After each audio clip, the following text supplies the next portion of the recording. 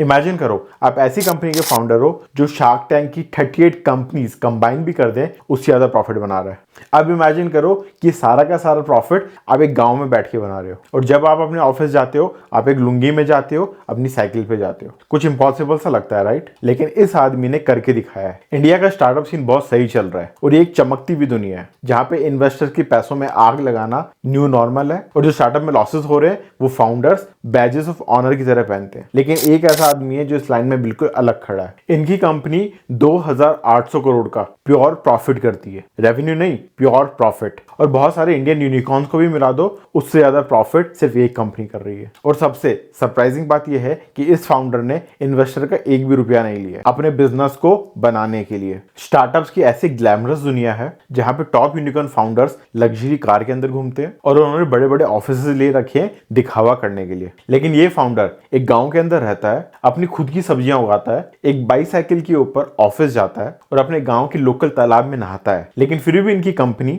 6 करोड़ से ज्यादा कस्टमर को सर्व करती है और वो भी 180 से ज्यादा देशों के अंदर। और इनके कस्टमर्स में अप्रोक्सीमेटली 300 से ज्यादा फॉर्च्यून 500 कंपनीज आती हैं जिसके अंदर एप्पल, अमेजन और नेटफ्लिक्स भी इंक्लूडेड है। Meet Sridhar Vembu, the founder of Zoho, एक ऐसी कंपनी से सारे के सारे रूल्स रीराइट किए हैं इंडियन स्टार्टअप प्लेबुक में। कैसे श्रीधर ने इतना बड़ा एम्पायर क्रिएट किया वो बताने से पहले मैं बताना चाहता हूं कि क्यों ये स्टोरी इतनी इंपॉर्टेंट है 2024 में। भारत के अंदर 77 यूनिकॉर्न स्टार्टअप्स लॉस में है। टोटल स्टार्टअप्स का नंबर है 114 और जितने भी यूनिकॉर्न स्टार्टअप्स हैं उन सभी स्टार्टअप्स के अंदर हमको मैसिव लेऑफ्स देखने को मिलता है। हर क्वार्टर में हमें ये सुनने को मिलता है कि फंडिंग विंटर चल रही है, इसलिए स्टार्टअप्स ग्रो नहीं कर पा रहे। और जो यूनिकॉर्न फाउंडर्स हैं वो बहुत अच्छी पेडिग्री से आते हैं, इसका मतलब उन्होंने अच्छे इंस्टीट्यूट में पढ़ाई की है, उनके पास अच्छा एंजल नेटवर्क है, उनके पास अच्छे वीसीज हैं और उनके पास वो सारे रिसोर्सेज हैं जिसकी वजह से एक कंपनी ग्रो हो सकती है। लेकिन अब आप पिक्चर करो एक छोटा सा गांव तमिलनाडु के अंदर जहां पे एक छोटा बच्चा जो एक फार्मिंग फैमिली से आता है और अपने पिताजी को हेल्प करता है उनके खेतों में। लेकिन उसी बच्चे ने IIT JEE क्रैक किया और 27th रैंक लेके आया। उसके बाद वो ग्रेजुएट हुआ IIT मद्रास से, अपनी PhD की डिग्री ली प्रिंसटन यूनिवर्सिटी से और फिर सब कुछ साइड में रख के अपना स्टार्टअप शुरू किया, वो भी ग्राउंड जीरो से। ये कहानी है 1996 की, जब भारत का सारा टॉप टैलेंट सिलिकॉन वैली भाग रहा था। श्रीधर ने अपना रूट अलग चुना। उन्होंने अपनी वेल पेइंग अमेरिकन जॉब को छोड़ के चेन्नई के अंदर आना पसंद किया और शुरुआत की एक छोटे से रूम से। और इनकी टीम में कौन था? सिर्फ इनका भाई। इस छोटी सी शुरुआत से इनका गोल एक बिलियनर बनना नहीं था, लेकिन भारत के लिए कुछ ऐसा बनाना था जो भारत की ग्रोथ के लिए मीनिंगफुल हो। लेकिन लाइफ के कुछ अलग ही प्लान से इन्होंने जो पहला स्टार्टअप एक हार्डवेयर कंपनी का किया था वो फेल हो गया। एक एक रुपए की जो सेविंग की थी वो सब चली गई। लेकिन इस सेटबैक से श्रीधर ने एक इंपॉर्टेंट लेसन सीखा, जो था कि बिजनेस के अंदर आप कितना जानते हो उसका बहुत ज्यादा मतलब नहीं है, लेकिन एक बार फेल होने के बाद आप क्या सीखते हो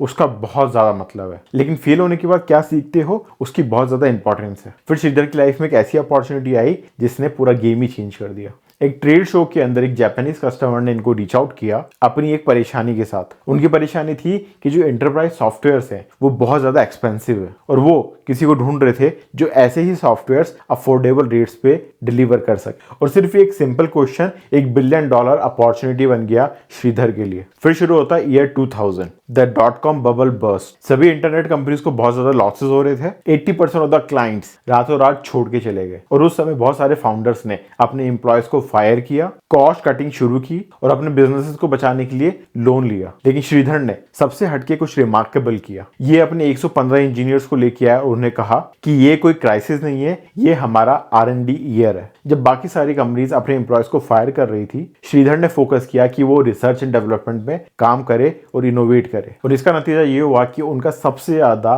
सक्सेसफुल प्रोडक्ट लाइन इसी क्राइसिस के टाइम पे डेवलप हुआ। लेकिन ज़ोहो को इतना ज्यादा स्पेशल क्या बनाता है? ये सिर्फ उनका प्रोडक्ट ही नहीं है, ये उनकी फिलॉसफी भी है। तो सबसे पहले तो इन्होंने कोई भी इन्वेस्टर का पैसा नहीं लिया अपनी कंपनी को शुरू करने के लिए और उसको ग्रो करने के लिए। इन्होंने कोई भी लोन नहीं लिया अपने डे टू डे खर्चों के लिए। और ये अंधाधुंध मार्केटिंग के ऊपर खर्चा नहीं करते सिर्फ दिखावे के लिए। और इनके पास कोई भी फैंसी ऑफिसेज नहीं है। इनकी कंपनी का एक ही फोकस है, प्योर सस्टेनेबल बिजनेस ग्रोथ। और आगे जाके इनकी स्टोरी और ज्यादा इंटरेस्टिंग हो जाती है, क्योंकि जब श्रीधर अपनी कंपनी के लिए एम्प्लॉयज ढूंढते थे उनको बेस्ट क्वालिटी इंजीनियर्स नहीं मिलते थे क्योंकि वो वेल ट्रेंड नहीं होते थे। इसलिए श्रीधर ने शुरू की ज़ोहो यूनिवर्सिटी। यूनिवर्सिटी, और इसके अंदर ये स्टूडेंट्स को हायर करते हैं 12th ग्रेड के बाद, उनको पे करते हैं ताकि वो सीख सके जोहो यूनिवर्सिटी से, और उनको ट्रेन करते हैं प्रैक्टिकल स्किल सेट में। आज के टाइम पे 15% जो जोहो के एम्प्लॉयज हैं उनके पास कोई भी डिग्री नहीं है, वो सिर्फ बहुत ज्यादा ब्रिलियंट माइंड्स हैं जिनको जोहो ने अपॉर्चुनिटी दी। फास्ट फॉरवर्ड टू 2020, जब सारे यूनिकॉर्न स्टार्टअप्स बड़ी सिटीज के अंदर मूव कर रहे थे, श्रीधर अपने गांव चले गए। लेकिन ये अपने गांव अकेले ही नहीं गए, ये जोहो को साथ लेके गए, और वहां पे अब वो बना रहे हैं रूरल टेक सेंटर्स ताकि छोटे शहरों में लोगों को एम्पावर कर सके। और इन्होंने अपना ऑफिस अपने विलेज के अंदर ही बनाया है। इसकी वजह से बहुत ज्यादा लोकल एम्प्लॉयमेंट जनरेट हो रहा है, और ये हमें बताता है कि आपको अपने रूट छोड़ने की जरूरत नहीं है सितारों को छूने के लिए। अगर हम श्रीधर की डेली लाइफ में नजर डालें तो ये सुबह 4 बजे उठते हैं और 5 बजे इनका कोई भी ग्लोबल कॉल शेड्यूल होता है उसको लेते हैं। 6 बजे ये अपने गांव के तालाब में जाते हैं नहाने के लिए। 7 बजे अपने खेतों के अंदर देखते हैं कि सब्जियां कैसी उग रही हैं, और 9 बजे अपने ऑफिस का काम शुरू करते हैं। ऑफिस का काम कंप्लीट होने के बाद शाम को वापस अपने फार्म के अंदर जाते हैं घूमने के लिए, और रात को तारों के नीचे आराम की नींद लेते हैं, क्योंकि अगले दिन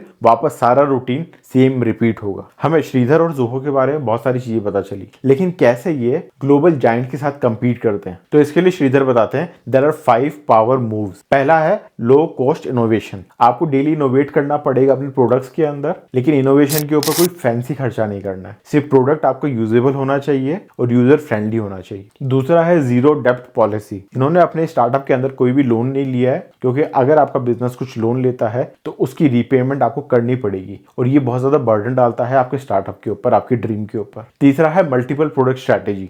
आप शुरू चाहे एक प्रोडक्ट के साथ करो, लेकिन अगर आपको मार्केट डोमिनेट करना है तो आपको एक इकोसिस्टम बिल्ड करना पड़ेगा अपने मेन प्रोडक्ट के आसपास, और इसी वजह से आप एक ग्लोबल लीडर बन सकते हो। फोर्थ है रूरल टैलेंट फोकस। श्रीधर को पता है कि अगर वो बड़े शहरों में जाते हैं तो वहां पे कॉस्ट ऑफ लिविंग ज्यादा है और वो एक अननेसेसरी खर्चा है, इसलिए वो गांव के लोगों को ट्रेन करते हैं और अपनी कंपनी के अंदर हायर करते हैं। इससे उनके एम्प्लॉयज को अच्छी सैलरी भी मिलती है और वो बहुत ज्यादा कॉस्ट भी बचा सकते हैं जो बड़े शहरों में अननेसेसरी कॉस्ट आती है। फिफ्थ है कस्टमर फर्स्ट अप्रोच। अगर आप कोई भी प्रोडक्ट बना रहे हो और वो कस्टमर फ्रेंडली नहीं है, आप कस्टमर को ध्यान में रख के उसको नहीं बना रहे, तो आप कभी भी सक्सीड नहीं कर पाओगे। तो इसलिए ध्यान रखो कि आप जो भी प्रोडक्ट बना रहे हो वो कस्टमर की प्रॉब्लम्स को सॉल्व करे। और श्रीधर की एडवाइस भी यही है बडिंग एंटरप्रेन्योर्स के लिए कि आप अपनी जर्नी में से 5 साल माइनस कर दो, क्योंकि आपको 5 साल लगेंगे अपनी जर्नी को फिगर आउट करने के लिए। तो पहले 5 सालों के अंदर आप सक्सेस के बारे में मत सोचो, सिर्फ अपने बिजनेस के बारे में सोचो कि आप उसको कैसे इंप्रूव कर सकते हो, कैसे ग्रो कर सकते हो। तो बिजनेस में 5 साल से पहले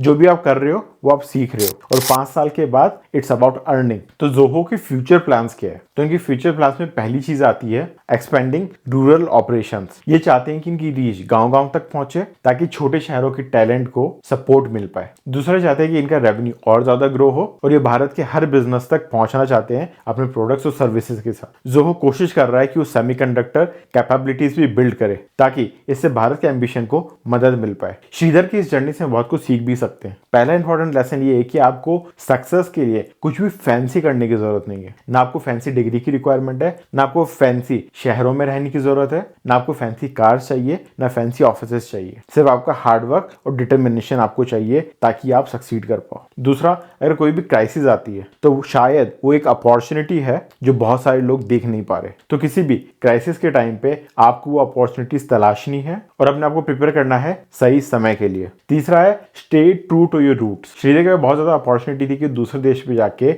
वहां किसी कंपनी में काम करके एक अच्छी लिविंग जी सकते थे, लेकिन उन्होंने प्रेफर किया कि वो अपने देश आए, अपने गांव आए और वहां के लोगों को हेल्प करें। चौथा, build for the long term. अगर आपके प्लान्स बड़े हैं, अगर आपका एम्बिशन बड़ा है, तो definitely it will take time और आपको उसके लिए प्रिपेयर रहना पड़ेगा। आप कोई भी काम करते हो उसको लॉन्ग टर्म सोच के करो, क्योंकि अगर आपका लक्ष्य बड़ा है तो उसको हासिल होने में टाइम लगेगा। पांचवा पॉइंट है profit with purpose is possible. बहुत सारी कंपनी सिर्फ प्रॉफिट के बारे में सोचती है, लेकिन आप जोहो की अगर पूरी जर्नी देखते हो तो हमें पता चलता है कि श्रीधर एक पर्पस के साथ काम कर रहे हैं। वो चाहते हैं कि इंडिया टेक्नोलॉजिकली एडवांस हो और इंडिया के यूथ भी डेवलप कर pi by upgrading their skills. एक ऐसी दुनिया जहां पे सभी ऑब्सेस्ड है यूनिकॉर्न से और वैल्यूएशन से, वहीं पे श्रीधर हमको दिखाते हैं कि यहाँ पे एक दूसरा रास्ता भी है जहां पे छोटे गांवों को टेक हब्स बनाया जा सकता है, किसानों के बच्चे भी इंजीनियर्स बन सकते हैं, प्रॉफिट को एग्जिस्ट कर सकता है पर्पस के साथ, और सक्सेस भी लुंगी पहन सकती है। अगर आपको ये वीडियो अच्छी लगी तो प्लीज लाइक दिस वीडियो,